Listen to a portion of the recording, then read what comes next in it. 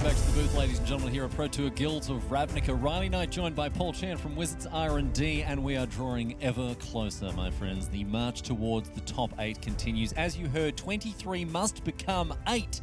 We have 8 potential candidates for the top 8 in the feature match area seated, ready to go, champing at the bit. So let's get to it and find out how things are going to shake out in our next round of Standard here at Pro Tour Guilds of Ravnica.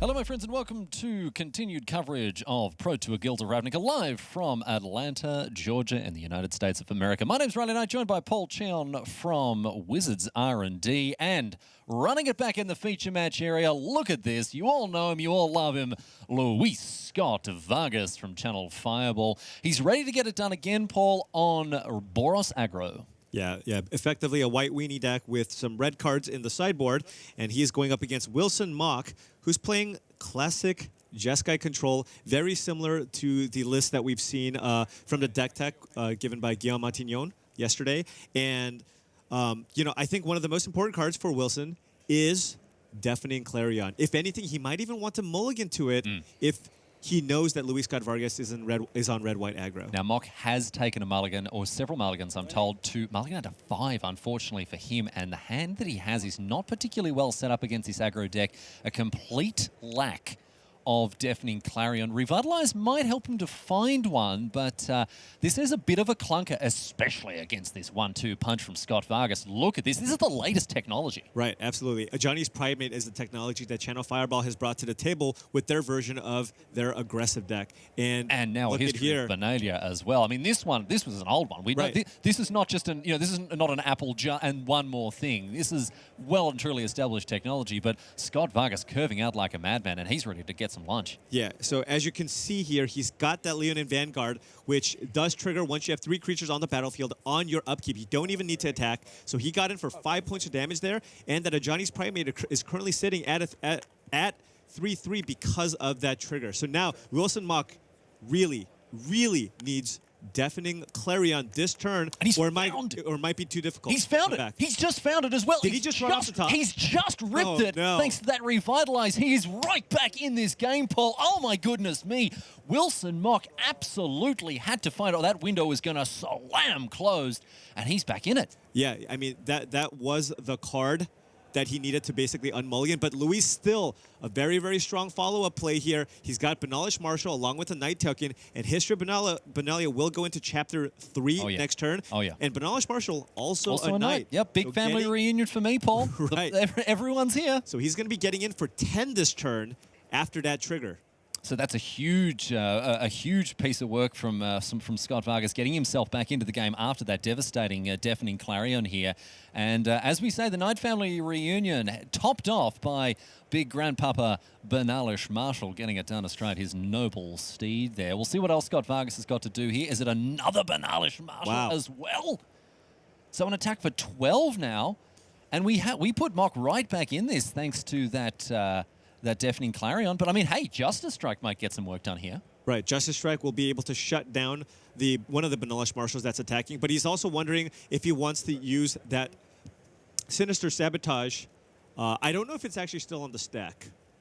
Yeah, it is still on the stack, so he's using the Sinister Sabotage. And you know what? This makes a lot of sense to me, because if you look at Wilson Mock's hand, he's got both Teferi, Hero of Dominaria, and Justice Strike. So by using the Sinister Sabotage this turn, taking the big hit, on the following turn he can play Teferi plus, and then use the untap effect to cast Justice Strike on the Banalish Marshal that's on the battlefield. So currently he's sitting at 7, but this Teferi might get him back into this game because he's going to be able to take care of that Banalish Marshal, and it'll only take 4. So that 4 damage will not be enough to kill that Teferi on the battlefield. Yes, indeed, as we see a Skymarcher aspirant join the party, but Teferi untapping 2 lands, Justice Strike on the Banalish Marshal, meaning that Scott-Vargas... Oh, has he got a response here? So he's got Pride of Conquerors in his deck. And he's got it in his hand as well, Paul, here. but he's not ascended. So it's not going to give him +2, his team +2/+2. It would only be +1/+1. So he's 1 point short of dealing lethal damage. Now, look, Mock is not out of the woods. He is surrounded by the trees right now, as we see another one sprout up in the form of Ajani's Pridemate here. But an active Teferi, a great place to be. Chemist is inside in hand. Mock still needs another find him sweeper. some action, but he needs something off the top, and he needs it now. He's found a Crackling Drake. Okay, so Crackling Drake is good. If you can go Crackling Drake into Revitalize or Justice Strike, that would be enough for him to not die. But keep in mind, we do know that Luis does have that Pride of Conquerors in hand. He does get the untapped trigger from Teferi. So if he has something like a Settle the Wreckage, maybe that would also be an option. Off the top, I think it's I just don't think it's enough. land. I tell you what, Mock has dug his fingernails into this cliff edge, and he is very unwilling to go over the precipice, but Scott-Vargas has just outclassed him at every turn. A masterful rallying from the Hall of Famer after the deafening Clarion, and I think Mock is just going to have to pack him up here. Yep. Oh, mate, look, that is an unfortunate end to a very hard-fought game after a mulligan to 5, some magnificent top decks and some canny plays from Mock, but not enough. Scott-Vargas in the end able to take it out. Yeah. Luis had a very good start and lost 3 creatures put to the Clarion. But keep in mind, something like History of Benalia makes two cards. So he didn't really lose a full card in that exchange. And it was still also able to do a lot of additional damage with Chapter 3 from the Benalia trigger. Yeah, I really like the way that Scott-Vargas took a nice aggressive posture and was rewarded with a win after, really playing his cards to their best effect and getting full value, my friends. Right now, we're going to take a break. We'll be back with more standard action, of course, in just a few moments. So stick with us. We'll see you back here in Atlanta after this. Always know the right play to make? Show off your skills at a local preliminary Pro Tour qualifier. With over 2,000 game stores worldwide running PPTQs, find an event near you at magic.wizards.com/PPTQ.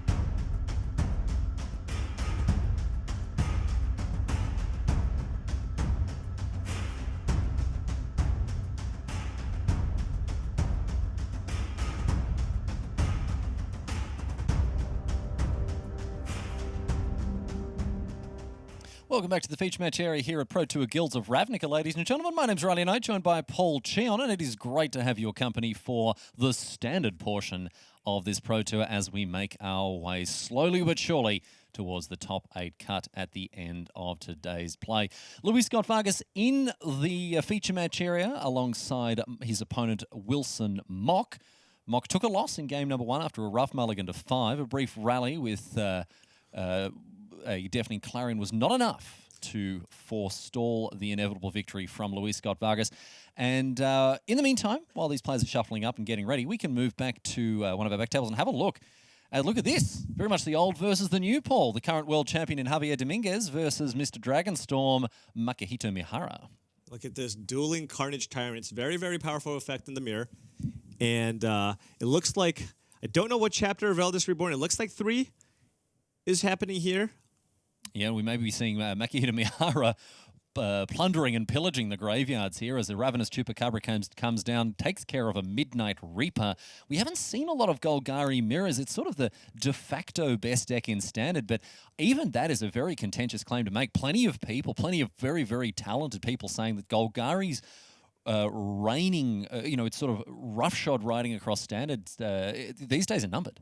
Yeah, well, the thing is, I feel like there's a certain build of Golgarri that everybody had in mind going into the tournament. But the nice thing about this Golgarri deck is that you have so many different options, and you can always continue to adapt and retool your deck based on what people bring against you. So I don't actually, I think going into the tournament, a lot of the major teams still opted to play the Golgarri deck because they went, look, we tried a lot of different options, but ultimately we feel like this is the most consistent, most powerful deck that we can play in Standard. Still very much lacking a consensus as to what the best version of the deck looks like, Paul. But both players will be in agreement on one thing: Carnage Tyrant is an absolute house in the mirror. We saw them trading off there, but a fine finality is going to turn things around for Mihara as he goes after the Ravenous Chupacabra from the bin. In addition to, is that the of course it is. The Carnage Tyrant comes back. Yeah, the Carnage Tyrant that traded. So this game might go on for a few more turns. Of course, a lot of it depends on what Javier Dominguez is also working with, but he's got a handful of cards too. If he does, one of the most important cards in this matchup is that Carnage Tyrant. So I imagine Javier is also going to be looking to get that Carnage Tyrant back from his graveyard. And looks like we've got a fine finality to do just that here, Paul. An active Golgarri Queen, Vraska, sitting across her, atop her throne. Across it? I don't know how you'd sit across the throne. Like just lounge, treat it like a chaise lounge, I guess. I mean, you're the queen. You can have whatever kind of throne you want. In any case, the queen powers out a Tyrant here, Carnage Tyrant coming down. And Dominguez is the first to sort of rebuild after that trade-off. And Dominguez has a lot of options here. Does he want to use the Vraska Golgarri Queen to get one of Mihara's creatures off the battlefield? Or does he want to tick it up? And if he ticks it up, does he want to actually sacrifice a creature that leaves Vraska a little more vulnerable? I don't think you want to be sacking a land because I think you already have 2 memorials on the battlefield. So those are actually valuable resources to get back the Carnage Tyrant. So sacking a land doesn't seem ideal. But sacking a creature means that, again, the Vraska might take more damage. So tricky choice here for Dominguez. Looks like it is going to be the Merfolk Branchwalker, the Queen of Hearts, lopping off the head of a... Ooh, and that was another Carnage Tyrant off the top for Javier. Ooh. So things looking much better. He's got the Tyrant advantage here currently with the Planeswalker on the battlefield. The Tyrant count for Dominguez is higher. He's got a pair of Tyrants here. All right, let's see what Mihara's next move is, because of course he's not without his own Tyrant after having used Find to regrow the 7/6 from the yard. Yeah, and I don't think he's especially interested in attacking with all of his creatures, because by doing that, he would be throwing away one of his creatures to the Carnage Tyrant, and he wouldn't even be killing the Vraska. It would only be going down to 3 loyalty. So probably just going to be looking to put Carnage Tyrant on the battlefield and maybe deploy any other threats that he might have in his hand. Well,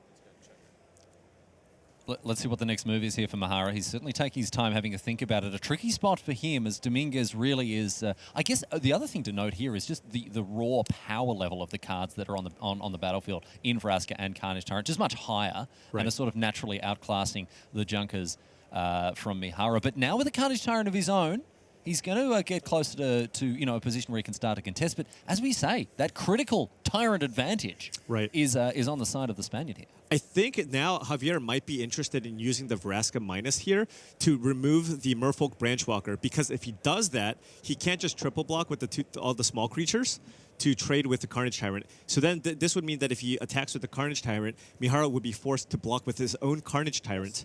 And then Dominguez can then follow that up with his own... with another Carnage Tyrant to follow that up. But it looks like he's just ticking up Vraska, playing a second Carnage Tyrant, and then possibly a Midnight Reaper here. A lot of different options for him. I like how he's not sacrificing lands. I think that's a really, really key thing for him to do. Make sure he's going to get the most value out of those Memorial to Folly at the end of the day. A very loyal Vraska. Turns out this town is big enough for the two of these Carnage Tyrants and a third one on the side of Mihara. But Dominguez is really setting himself up for a long, protracted affair here, Paul. Right. It's possible he might also be just looking to get Vraska up and emblem her. Oh, yeah. Yeah, and that's going to end the game and in win short via order. the emblem. Because if one of your creatures deals combat damage, you win the game. Just to poke through with a little bit of trample damage there. Yeah. And it's a lot easier when you have 14 points of trample on the battlefield. Yeah, for sure. So Dominguez now in a very commanding position, it has to be said. Let's see if Mihara can dig himself out of this. This one might be over before we know it. I mean, Dominguez is well positioned for a long game here, but also he does have the option to pull the trigger on taking a more aggressive stance should he so choose. So let's see exactly how this pans out. Yeah, I mean, alternatively, he can also just choose to, for example, double block. If Mihara chooses to be aggressive with his own Carnage Tyrant, Javier, with the mana that he has up, he can choose to double block the Carnage Tyrant to and block Mihara's, and then use that Memorial that he has to regrow the Carnage Tyrant in that would die and play it on the following turn. And look at this, Mihara just playing a Ravenous Chupacabra without actually being able to kill anything. just the little valueless doggy here. Vraska's Contempt going to take care of that Jade Light Ranger. Hexproof on Carnage Tyrant, meaning that we have a lot of these interactive cards blanked. And of course, a Stone Cold Control Killer, but really, really important in these mid-range matchups. Are we going to see a Vraska emblem? Let's see what Dominguez is reading the card. He's like, oh, this has a third ability. I've heard of this. Look at this. He's doing the math. There it is. And we're going to see a big attack. All we need is 1 point of damage now. A single point of damage is going to win the game for Dominguez here, thanks to this Vraska emblem. Can he push through 1 damage across the battlefield? It's always exciting when a game is determined by an emblem of a Planeswalker, and I think that's what we're going to see here. Ravenous Chupacabra takes care of a Merfolk Branchwalker. 14 points of trample damage. It's got player death touch now. And Javier just making sure, he sees the win here, but he might play it. He's playing Midnight Reaper just in case. Just in case. And across come 2 trampling 7/7s, and a Vraska emblem is enough now for Javier Dominguez to pick up game number 1. So let's move back to our front table after that thrilling finish there to the first game. I mean, hopefully we'll get to check in with that Golgarri mirror a little bit later on. But for now, back to Luis Scott-Vargas and his opponent, Wilson Mock. Let's hope that we're a little bit of a better fortune here for Mock after he took a rough mulligan during game number 1. Looks like his hand is actually pretty well set up to go against Scott-Vargas right now. Yeah, he's got some nice efficient removal along with Essence Scatter, in which he's going to fire it off. I think Adanto Vanguard, one of the best cards against Jeskai control, as the Jeskai deck doesn't really have a whole lot of ways to deal with it. It's got some decks that people have been shying away from playing Seal Away. Yeah. And I think Wilson Mock has 2 Seal Aways out of the sideboard, and very likely to have brought that one in. And a Shivan Fire as well. Now, Wilson Mock really putting himself in a great position, contesting Scott-Vargas. So he's got Essence Scatter, but it's not going to answer History of Benalia. All right, we're going to game in our hands, ladies and gentlemen. Now, History of Benalia, a great anti-control threat here, and Wilson Mock unable to interact with it, although Invoke the Divine in hand here for him, so that can stem the bleeding.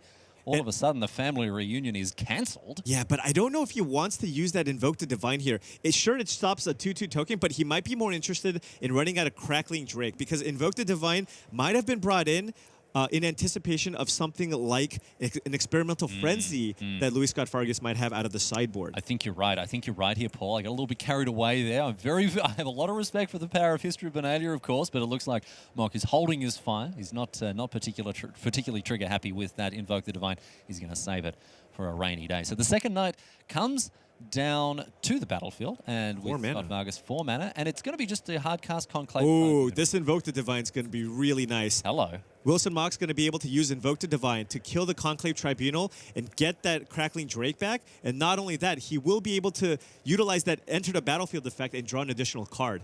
So that's going to be a really nice little bit of work here for Wilson Mock, who is definitely in a much stronger position than he was in game number 1 after a rough mulligan, as we said. And look at him now. Oh, supremely relaxed, sitting back in his chair, having a great time, drinking up the moment, and good on you, Wilson, old son. Get amongst it here as we see. Now, it's a Teferi come down, and this means that Mock is, leaving himself open here to to some funny business from Scott-Vargas as we see the third chapter. Oh, I all of a sudden feel. Oh, but this is really interesting because he's leaving his Teferi extremely vulnerable here because now Luis can just attack Teferi with both of the creatures, and he has no way to block it. And Teferi was kind of the card that he was looking to kind of run away with the game. So maybe he was just looking to play it to soak up some damage. Had he drawn a land, he could have been able to play that Invoke the Divine. Essence Scatter now on the Dauntless Bodyguard. Of course, it being a knight that didn't benefit from the +2/+1. Those knights on the battlefield got it. I got it, of course, as well, Paul, but that effect wears off. My surge of strength, I felt approximately 2 points stronger and 1 point tougher, but that's Things fine. still looking very good for Wilson Mock, however, as he does have that Invoke the Divine that he can use on the Conclave Tribunal to ambush these knight tokens. And, well, a Deafening Clarion in hand as well. It's all coming up, Mock. And next turn is going to be absurd. So what Wilson Mock can do here is use Invoke the Divine, kill Tribunal, gain 4 life, get Crackling Drake, draw a card, eat a token. On the following turn, if he feels like he needs to, he can play Deafening Clarion to destroy all of Luis Scott-Vargas' creatures and give his Crackling Drake lifelink to gain, it looks like 5 life. 6 life once the card itself was in the bin here. Well, this is going to be huge. And, well, one of the cards in the graveyard is a Teferi, so that would not count. Excuse me. But not only that, now he has the Ionized backup as well, so this is a huge swing. Oh my goodness, a Deafening Clarion, both modes fully engaged here for Mock, and get across now for 5 damage in the air. All of it lifelinking as well. He's put himself in a great position here. Scott-Vargas very swiftly being left in the dust. Yeah, and he's got the counter backup here too, so he can't even lose to an Experimental Frenzy. Luis, I don't see him coming back from this. No, this is such a tough position for Scott-Vargas to be in. And a Teferi as well, just adding insult to injury here. Immediately going up to 5, drawing another card. Going to untap a bunch of lands. Ionize at the ready. Scott-Vargas, he looks like he's dead in the water here. Just a piddling little 1/1 is his Never give up. Never concede, never give up, never say die. I mean, Luis is still basically looking to try to play into Experimental Frenzy and hope that Wilson does not have a counterspell. But they've always got it. They've always got it, Paul, as we see a negate as well, just to really ram the point home here for Wilson Mock. He's going to get busy once again, knock Scott-Vargas down to 6 here by my count, and then give him essentially, 1, maybe 2 more draws before this one is all over Red Rover. Across comes the Vampire. Going to gain Scott-Vargas 1 point. Oh, no, well, it's going to go after Teferi. Still gaining that point of life. And here's a History of Benalia. That's going to eat an Ionize, and that is enough. Luis Scott-Vargas, 2 from the Ionize. The lethal damage coming across thanks to the Crackling Drake. Game number 3 is upon us. Yeah, and that is exactly the reason why people have been playing Crackling Drake. Not only is it just an excellent source of card advantage, and it just gets in the way of a lot of these aggressive decks, that in conjunction with Deafening Clarion is your primary way to kind of come back, especially in situations where your opponent has whittled your life total down. We don't often see the lifelink mode of Deafening Clarion come up, right? It's very, very relevant in situations like that, but you know, a lot of the time it'll just be, hey, I'll do the 3 damage and I'll be happy with what I've got away with. But if you, again, these critical 4 toughness Drakes, Crackling Drake, Enigma Drake, they can get busy after after the lifelink of Deafening Clarion and gain a huge amount of life, and that's exactly what we just saw there. That is a very, very, very nice combination. And looks like Michael Burnett firmly has this one. More creatures, more power, more planeswalkers, and he's ascended. Just for a little extra value. So we jump across now to one of our back tables, and yes, as you say, Michael Burnett well and truly in the driver's seat here, and a big attack from him. The Knight of Grace just kind of biting the dust here after this massive onslaught, fueled by an Ajani, taking to the sky with Rustwing Falcon and Sky Marcher Aspirant.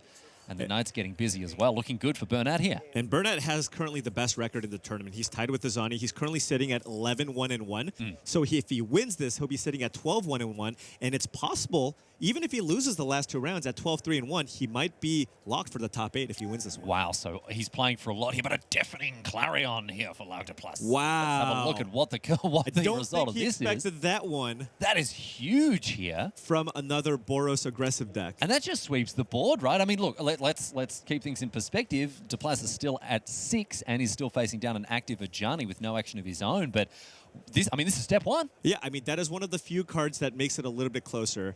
Michael Burnett still very, very firmly in the lead with the huge life total advantage along with that Ajani on the battlefield. And a great way to rebuild here for Theplus as well now with a history of Benalia turning the tides, and the Knights assemble on the village green now.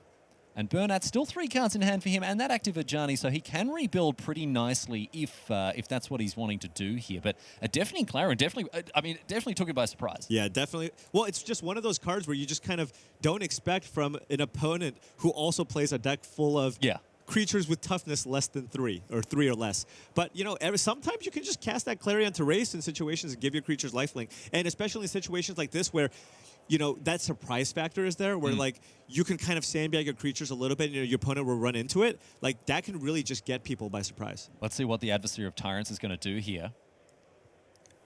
Downstairs. Imagine he's going to... drop.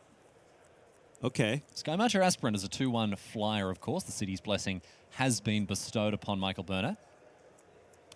Oh, this looks like a Venerated Loxodon.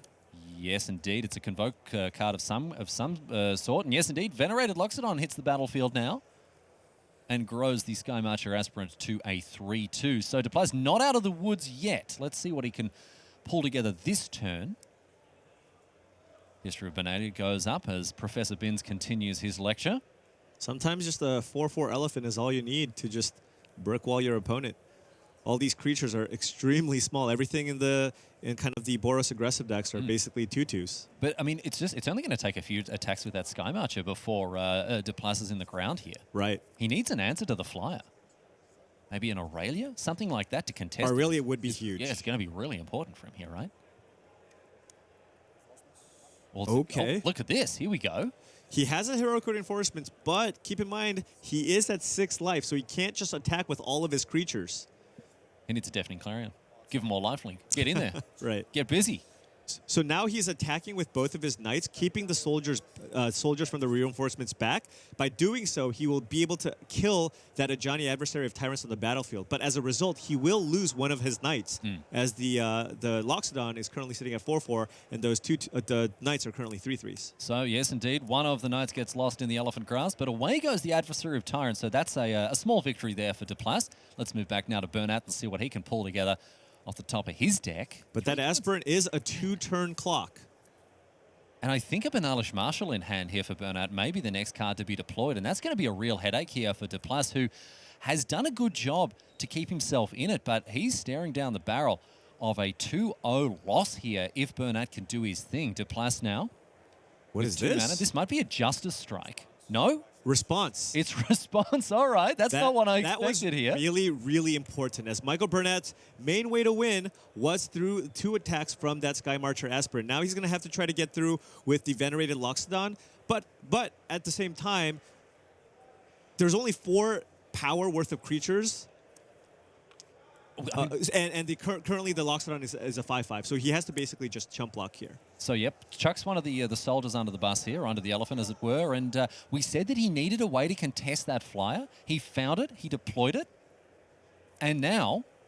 Was that another Clarion? He might start to put himself back in. A Deafening Clarion might be the first way to start to buffer his life total, although poking in just for 5 here may be not the best use of the card. Ooh, okay. Oh, a Baffling End, all right.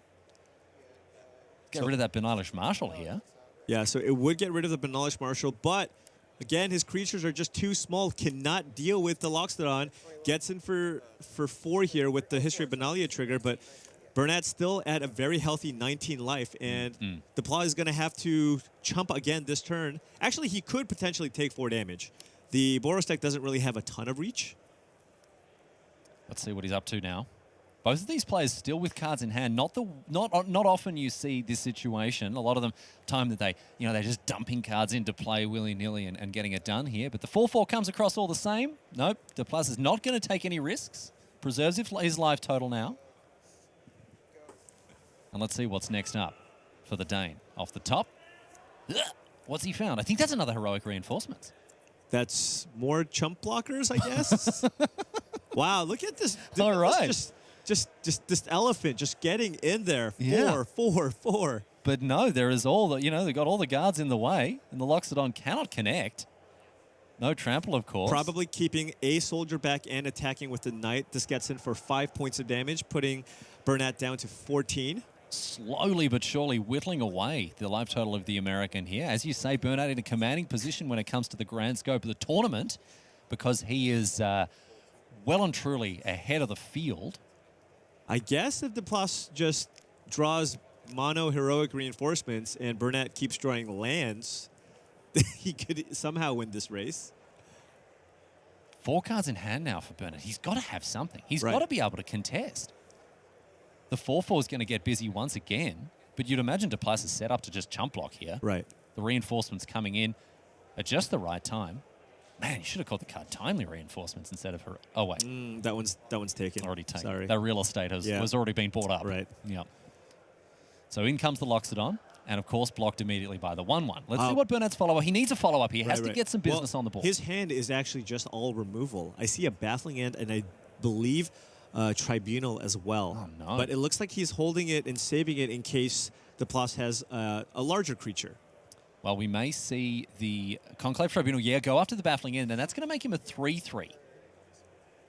So now, of course, he doesn't get the Banalish Marshal back. It's not like a normal Oblivion Ring type. So, but effect. I'm wondering why he went for the Baffling End to get a 3/3 instead of the Tribunal, which would get him a 4/4. Oh, no. Right? That feels better to me, but I think it looks like he noticed and realized Yeah. that he could have switched to taking the Tribunal, but it looked like he kind of pointed at the Baffling End.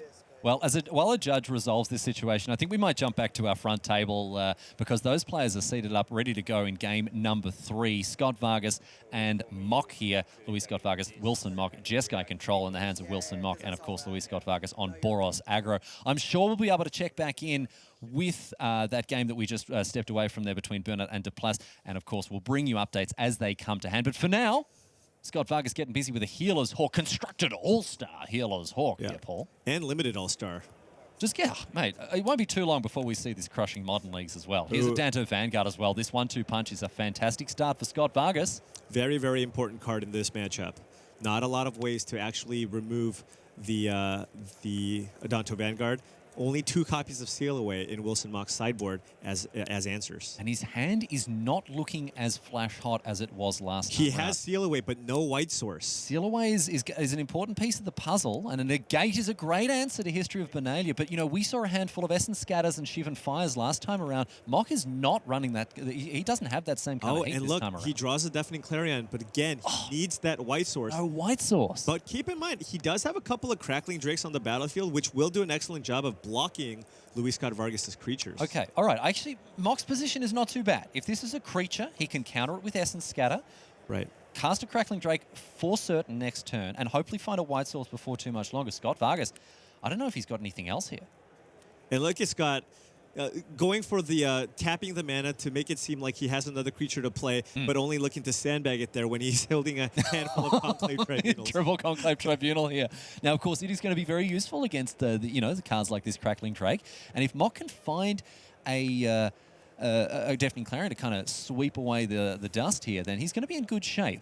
Legion's Landing generates a 1/1. That was big. It was basically a free creature, as he can use the token created by Legion's Landing to help convoke out the Tribunal and still continue to get in. So Wilson Mock does need to find answers soon. He does really want white mana to be able to deal with that Adanto Vanguard. He can use the Seal Away to exile it. Then he can use the Deafening Clarion to remove the rest of the army. Still no White Source here for the Canadian as a second basic mountain find its way into the hand of Wilson Mock. He's taking his time with this decision. A Crackling Drake, of course, an option here for him, but I don't know, man. What do you do? It's rough. So the White Source he drew was a Sacred Foundry, and if he wants to play it untapped, that will put him down to 5 life, which is extremely low. He has a couple of options here. He can either play out the Crackling Drake and hope Luis doesn't have another removal spell to block, to remove the Drake, or he can play the Sacred Foundry untapped and look to cast Seal Away to deal with the Adanto Vanguard on the battlefield. All right, so all of the white cards now online thanks to the addition of that Sacred Foundry. Here is Seal Away.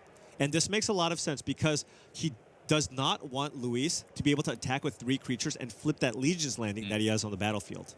So now Essence Scatter still an option here for Mock. And if I'm Luis, it looked like he had 2 Conclave Tribunals in hand. I still want to try to close out this game as quickly as possible. I'm going to start out by attacking with my 2 tokens, then use Conclave Tribunal on the Seal Away to get back my Adanto Vanguard. Now, Danto Vanguard, a very sticky threat and a difficult one for the Jeskai deck to deal with. He's like, And Mock's like, yeah, well, what are you targeting with that, buddy? You want to target this Conclave Tribunal? Unfortunately for Mock, no. Scott-Vargas did not fall for that very cunning ruse. And this is kind of sometimes the problem that you see when you play a control deck. You're playing a lot of these hard counters, but they're all conditional counters. Cards like Essence Scatter and Negate. I can't tell you how many times in testing where I had Essence Scatter turn 3 against the White Weenie deck. I'm going, you know what? I'm good. I got it. And they go History of Benelia. And you're like, And you're like, oh, come on, man. You feel like a goose. Yeah. Yeah. Oh, yeah. Yeah, and that's one of the reasons that the card is so terrific, against these control decks. A diversified threat portfolio, a way to, still put pressure on with non-creature spells. And let's have a look at what Mock's next move is now. Looks like we're going to see an Ixalan's Binding now. So that's going to be the game, as Luis's last card, I believe, is a third Conclave Tribunal. Yeah, but he can't cast it. Oh, right. He can't cast it. You're totally right. Because, of course, that Conclave Tribunal, as you say, would wrap Luis it up. still gets the attack for free here. Big attacks, flips the Legion's Landing. He's still in great shape, but Mock has sniped that last Conclave Tribunal in the hand of Scott-Vargas. Right, but Mock will be able to turn it around a little bit. Remember, he has Deafening Clarion in hand. Yep. He can remove 2 of the creatures on the battlefield and then give his Crackling Drake lifelink for a big attack. So now, Wilson Mock with a 1/4 Drake, only a negate in the yard. Oh, there's only one card. Okay, so it's not actually going to be a big attack. It's not going to be you're not going to be one of these massive swings for 10, but all the same, it's going to do some tidy work against Scott-Vargas, who, of course, does have the option to keep that Adanto Vanguard around. But Mock's attack is not going to be enough. Did you see his draw? What's he found here? Oh, my goodness. And Invoke the Divine. And a Clifftop Retreat. So he has multiple options now. He can actually use Deafening Clarion to sweep the rest of the creatures on the board. Then he can use Invoke the Divine on a Conclave Tribunal to get back his seal away. And the Adanto Vanguard is tapped. Used to remove the Adanto Vanguard, yes. See, it's just all coming out. It's all coming up Wilson right now. Because he's in a great position. I mean, it's so clunky and awkward, right, to have enchantment-based removal when you're playing Crackling Drake. But right now, he's being rewarded for it pretty heavily. Right. So Wilson will be able to gain some life, but do keep in mind, Legion's Landing is flipped. And many of these control decks no longer play Field of Ruin because, Search for Azcanta isn't played as much. So that Legion's Landing can just single-handedly allow Luis to just amass an army by itself. So, Scott-Vargas will be put to the test here. Mock does have, a very... Wow, Invoke the Divine. I mean, that is one of the best possible cards he could have drawn here. I mean, it just does everything, right? Yeah. It buffers his life total, it pumps his Drake, and it's pseudo-removal for one of the creatures that he has to face down. Great stuff from Mock here.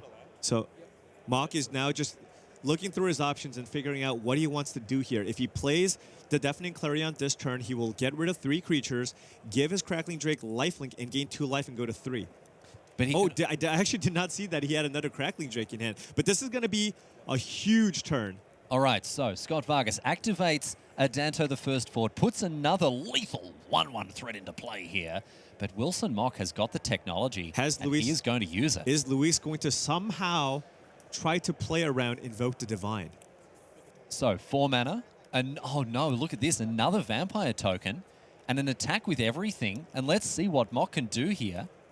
As we see Legion's Landing flip again. Adanto the Second Fort enters the battlefield now. And Mock gets to line up some blocks. And of course, cast that copy of Invoke the Divine to buffer his life total. Here it is. Look at this. Huge plays here for Mock now. Wow. Scott-Vargas can't do anything about it. Seal away on the Adanto Vanguard. Wilson Mock will only go down to 3 life here. Next turn, he can play Deafening Clarion, destroy Luis's entire board, and gain 6 life. Yeah. This is huge. This is huge here. We are seeing a complete reversal of fortune here for Wilson Mock. Some timely top decks, some judicious execution on the part of Wilson Mock here is going to put him right back into this game. Yeah. Deafening Clarion in hand, Essence Scatter to shore up any later weaknesses. I like his position a lot. And just that text on Ixalan's Binding is the reason why Luis may lose this game. Yep. He cannot play that last Conclave Tribunal in his hand. He has a blank piece of cardboard in his hand here. Deafening Clarion for the full value. An attack for 6, gain 6, up to 9. Scott-Vargas under siege here.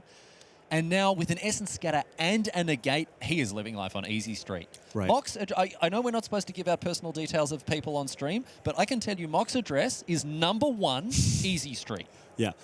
Keep on one of the more important cards that Luis could have, I've seen a lot of people do this out of the red-white aggro decks, is Banefire. If he just top decks a Banefire and can get Wilson Mock low enough, he can still win this game. All right, so Scott-Vargas finding a way still to threaten lethal off the top of his library. He's playing those lands aggressively. He's activating Odanto, the first fort. Let's see if he can find what he needs. It's not happening this turn, Paul. Yeah, and it looks like he's still waiting, building up that force. And Wilson Mock, you know, not drawing anything the last few turns, giving Luis a few more turns to try to find that Banefire Chipping that he can away. have. Chipping away. Here's another 1-1 for 1 now for Scott-Vargas, but it's like, going to nope. eat an Essence Scatter. No, sir, he That says. also pumps up the Drakes. Okay, so now we've got a couple of 4/4 Drakes. And Scott-Vargas is also going to get busy. It looks like he's also, you know, happy to push through damage where he can, buffer his life total as well. Gaining some life. And Wilson Mock's getting flooded here. He's drawn a bunch of lands in a row. And at this point, he is within Banefire range, so he does need to try to close out this game as quickly as possible. Now, how many spells in Graveyard are we looking at here? We're looking at 5?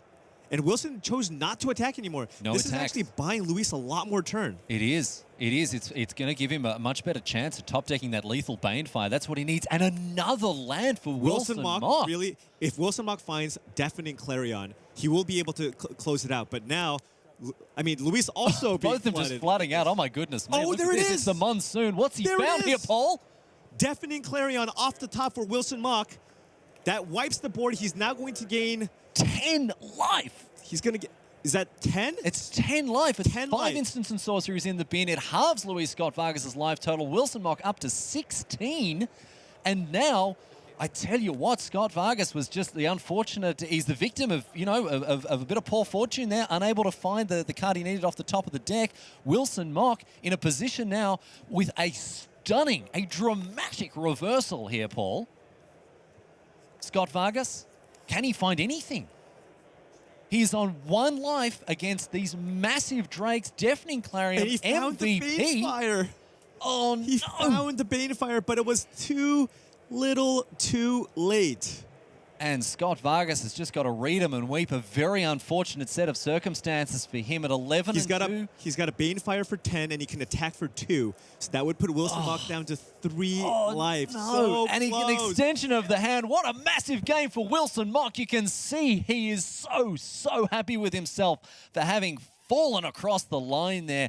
I have to hand it to him. What a masterful performance what a for him comeback there. against one of the greatest players of all time. Yeah, Ixalan's Binding doing so much. If it was just any other removal spell, Oblivion Luis Ring. would have been able to win. Yeah. He would have been able to cast, and the timely Deafening Clarion, he drew it before Luis found his Banefire. There were so many things going on there, and yeah, very close game. I can tell you this too. Going into this match, Yeah. I had the opportunity to talk to Wilson right before the round, and he was sitting at 11-2, and he looked extremely nervous. Yeah, Now, this is not his first Pro Tour, but this is the first time he's been doing this well, and you could definitely tell that there were some nerves. Oh, yeah. And to be able to go up against one of the best players ever and just come out on top And hold your own so yeah, convincingly. I mean, that was a really nice match to watch. It was incredible. Look, commiserations as well to LSV, who is still well and truly live at top 8 at X and 3. He's still in the conversation. We'll keep a close eye on him. But right now, we're going to keep a close eye on this Golgarri mid-range mirror. We checked in on these guys earlier in the round,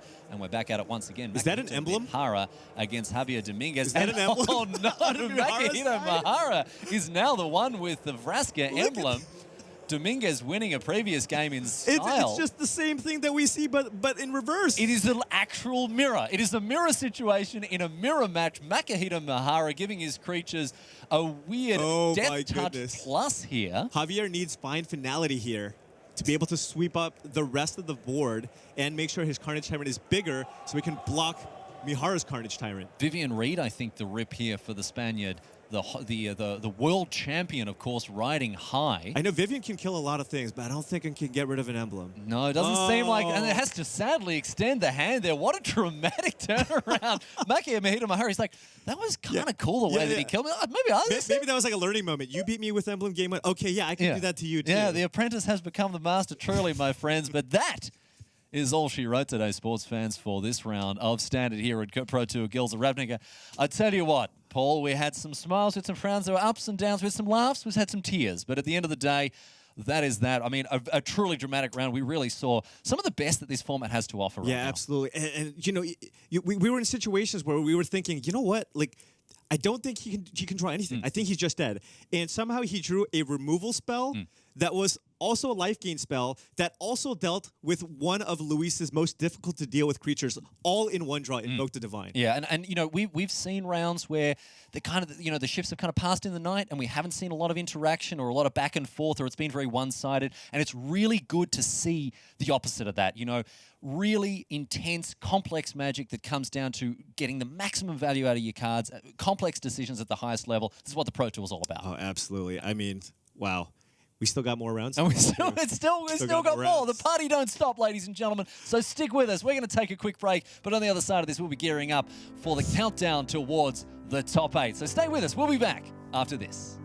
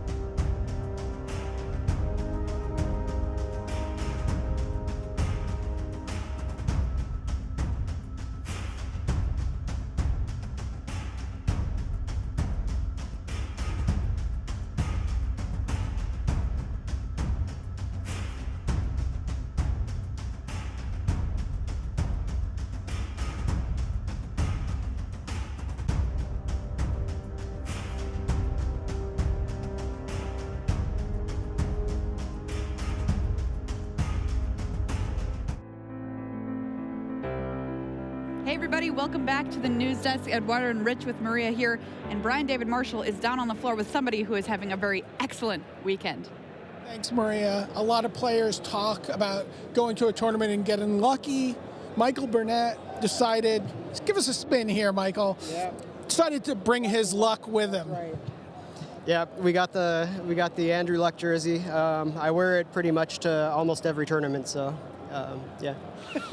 And has been treating you very well this weekend, or perhaps the man makes the close in this case. 12-1-1. You got to feel like you're in really good shape here with 2 rounds to go. Yeah, it's pretty unbelievable. I believe I can just intentional draw into next round, into top 8, so hopefully I can get paired against someone that can do that. But yeah, it's been an extremely unreal weekend, so I wouldn't have expected anything like this ever. So let me ask you, I know your first Pro Tour is going back 20 years. You've been grinding away at this for a long time. I mean, you're sort of the definition of a PTQ and Pro Tour grinder. Did you ever think that this moment would come where you're looking down the barrel of your first Pro Tour top 8?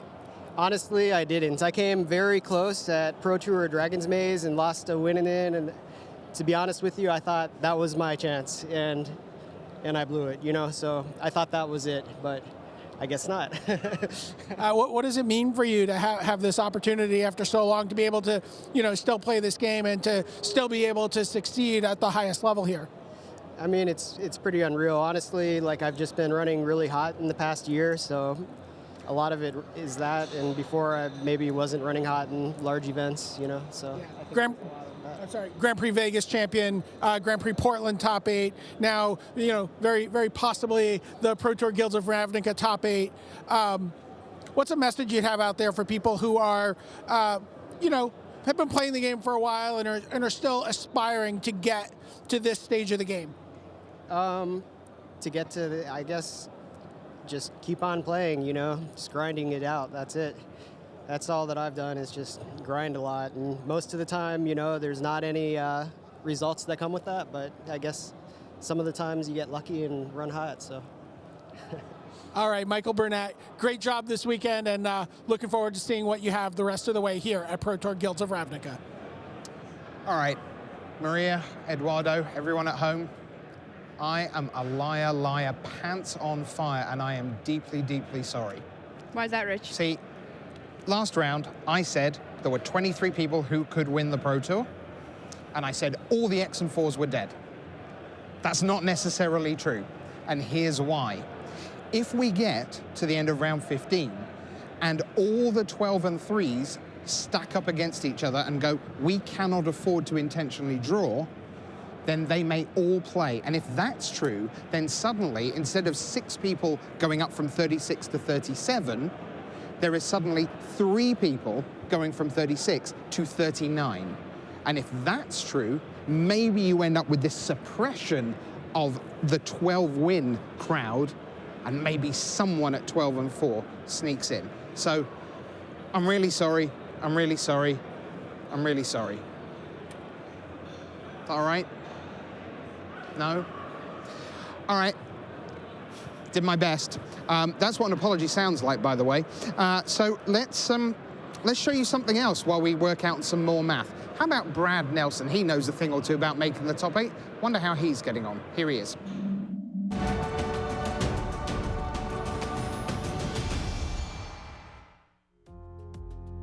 Historic match. We've never seen a Player of the Year playoff before. This was a showdown for the ages. 2 just great players. And then when he caught me, it felt so bad. I called my dad. I was really shooken up.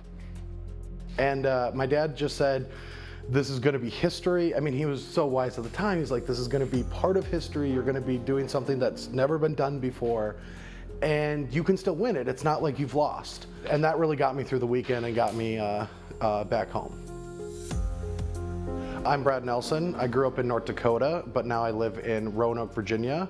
I work for Star City Games and travel the world playing Magic the Gathering. For about 6 months in 2010, I didn't lose a match.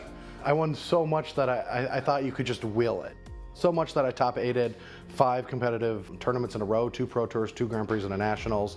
I accumulated so many points that I was in a huge lead going into Worlds, but a man, a myth, a legend, Guillaume Mettignan, ended up accumulating points from the team portion of the tournament along with winning Worlds. And from there, he got exactly the same amount of points as I did.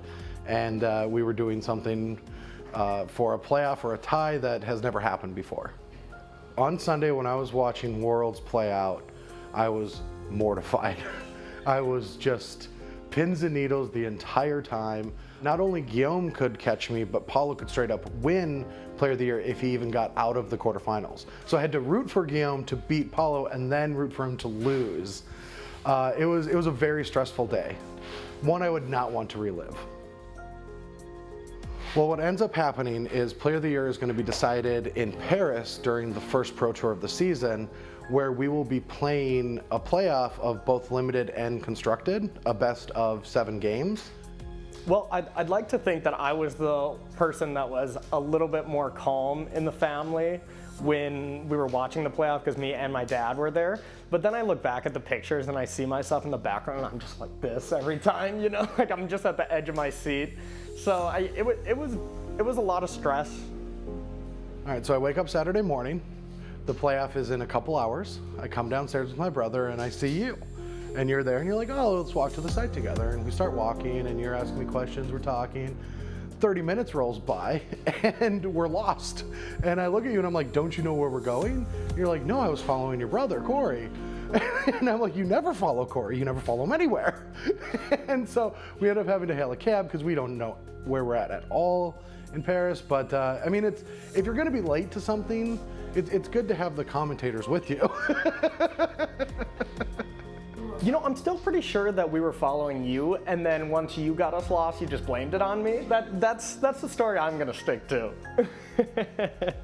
So I had a really good constructed deck. We ended up playing Cobblade, which is considered one of the best Pro Tour decks of all time. But like, keep in mind, like, I'm young. I'm on my 2nd year of the Pro Tour. I had this unbelievable year, and I feel like mentally that I got Player of the Year stolen from me.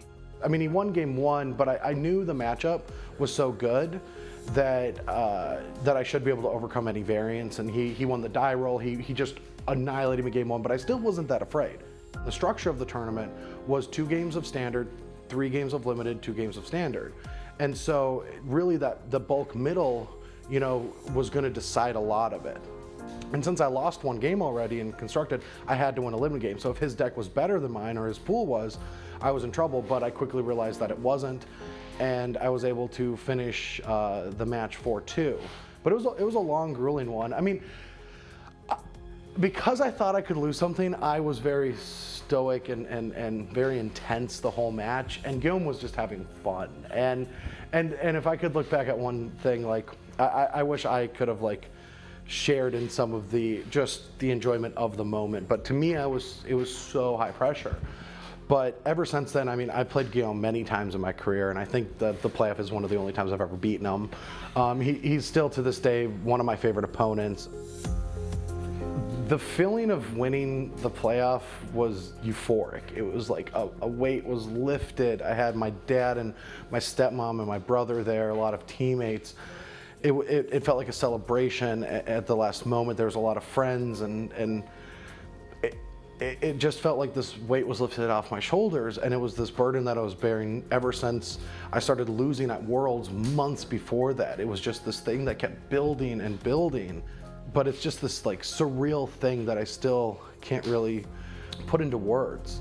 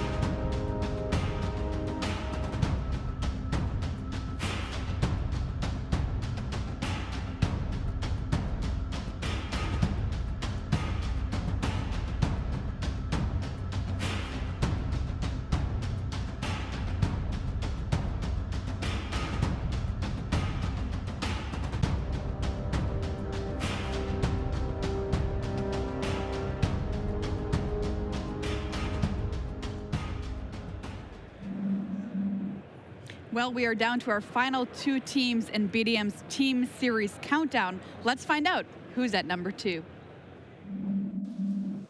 Brian David Marshall, continuing my countdown of 8 teams to watch here on the Pro Tour Team Series. I've got a team at number 2 that we have not talked about in previous years because this is a new squad. But when you look at their results on the Pro Tour last year, this team is right at the top results-wise. Let's take a look. It is Haruya Sword. So freshly minted Hall of Famer Li Shi-Tian, Kelvin Chu, Andrea Mengucci, the World Magic Cup champion, Jeremy Desani, a Pro Tour champion, Player of the Year, Javier Dominguez, the world champion right now, and his opponent from the finals of that world championship, Grzegorz Kowalski. I have a lot of time for Greg.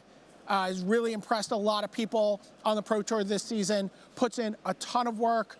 We just watched a segment with him this week where he talks about, playing like upwards of 40 leagues before preparing for an event, 200, 300 matches, not out of the realm of possibility for him. They're putting in a ton of work. It's a great collection of players. And when you look at the numbers, when you look at the results, this is a team that is right out in front of the field right now. And I expect big things from them this season. A lot of it might rest on Kelvin Chu catching up to some of the other accomplishments on this team, but I'm excited to see what they do. Haruya Sword is my number 2 team to watch on the Pro Tour Team Series this year. Well, I think I know who his number 1's going to be, but we'll see later in the show. Now, coming up, we had Maria talking with our pro panel that featured Javier Dominguez, Corey Burkhart, and Corey Baumeister. And this time, of course, all good pros are good at Magic. They're good at turning cards sideways and knowing when to counterspell. But what is it that separates each of them from each other and from other pros? What are their special skill set? Let's find out. Well, you guys are obviously all very accomplished Magic players, but I want to delve a little bit into what makes you specifically good at the game. What do you have that maybe some of the other pros out there don't have? What do you think? I have one of the best secret weapons when it comes to Magic. A brother? It's called Brad Nelson. Yeah. Whenever you have Brad Nelson in your pocket, you just show up at a tournament so prepared. Spoilers, not all of us have that. My sister doesn't play Magic. She's not going to tell me what to play at this Pro Tour, unfortunately. Well, I mean, you need to train her in and get her to get you some good decks. That's a key, right? But in all seriousness, one thing that I think has set me aside is kind of comes outside of the game itself. Like, Brad taught me a lot when it came to creating a great plan beforehand and creating a good shell to a deck. So I never needed to be that role of creating the deck. I always took the role of thinking about specific cards that would be a good strategy for in and outs, like really fine-tuning a deck. And I feel like that's like my role in deck designing with Brad, and I think together we are a great team and we create some very good decks. Yeah, you obviously are. Yeah. How about you, Javier? How do you do it? Is it similar to Corey's process where it's like, okay, how do I, what threats do I play? Like, how do you actually do that? Well, I think the best thing I do is listen to people. Like, I'm not the best guy to figure out break a format or just to figure out how to approach a matchup, but I think I'm good at just seeing other people play or listen to other people to tell me how they approach a matchup, and then use that information to just come up with a plan. So yeah, I think I'm just a listener. I'm a sponge. I have the teammates and they're giving information, saying things about decks, and I just gather the information and try to do I'm a lot closer to his strategy than yours. Corey, this is why we're not world champions. We don't do any listening, we just talk. He broke it. I've been told this a few times that I was given one mouth and two ears, so if I listen twice as often, there's some good correlation there. I still haven't figured that one out yet. I still ramble for days. How about you? What's your specific skill set? I think I'm closer to Javier in terms of how I'm actually going to approach the process of I want to gather as much information as I can. I think it would be actually very useful if you and I ended up working together. I'm watching you guys build, this is how I want to attack the format. And for me, it's, I want to react to the format. It's, what are the threats? Okay, how am I lining up answers? So for example, in this tournament, we just saw Adanto Vanguard have a breakout weekend last weekend. And spoilers, I was playing a bunch of shocks in a deck. And that doesn't work out so out, well. As was I. So for a lot of it for me is what threats are people playing? How do I answer those? And for me, it's a lot of gathering information, going through every single player's deck list, talking to all of my friends, like, what do you like right now? How would you plan to beat this matchup? What cards do you want to play? Like, and then, you know, they're telling you, oh, I'm going to play this Planeswalker. And it's like, okay, well, now I need to beat that and these Planeswalkers. Yeah. Like, if that is, you know, I think the teammates that I have are very smart. They're going to plan to do these things. I should expect other good players here at the Pro Tour to do similar things like that. I think that's very similar to what another phenomenal Magic player, Reed Duke, does. Like, that is almost exactly, he's coming in and he's asking, like, okay, what is your predicted metagame? What do you think people are going to bring to answer X, Y, and Z? And then he absorbs it, and then 35 minutes later, he's like, oh, I have a person deck list here. Oh, I mean, have you seen the Notebook? I have. I was thing introduced to the Notebook here Reed recently. Duke has a deck notebook? He does. Yes. Yeah. I don't know if I'm even allowed to speak of it.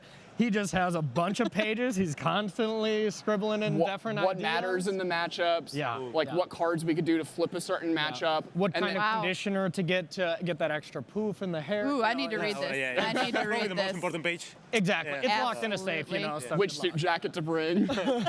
Awesome. Thanks so much, you guys. We don't always get the chance to talk to players in a way that enables them to answer the question, how are you doing, with any answer other than 3-1 or 5-2. So it's really nice to be able to spend some time with them and actually find out what's really going on with the players. So let's take a look at our leaderboard here with 2 rounds to go. Now, things are going to get very complicated because of the one draw that Michael Burnett already has, because of Jeremy Desani, who's now at 11-2-1. Somehow he's managed to draw again. All the 11-3s very much in contention, as we know. It looks to me very likely, Eduardo, as if we may get a draw in one of the top tables here. Michael Burnett at 12-1-1. Against Wilson Mock at 12-2. They may well ID here. Yeah, that's quite a possibility. I'm just looking at a number of 11 frees, and with 10, normally what you want to look at it is a division by 4 with 2 rounds to go. So like if we divide by 2, we want to look at people who have at least 12 wins looking into the next round. That's a lot of players. That is actually should we go 9 at least. Shall we go for the mathematical term carnage and just assume that that's what may be coming in round 16? We can agree on that. Yes. We can also agree that the players are in the feature match area for round 15. It is the best hour of Magic at every Pro Tour. It's the penultimate round, and it starts right now.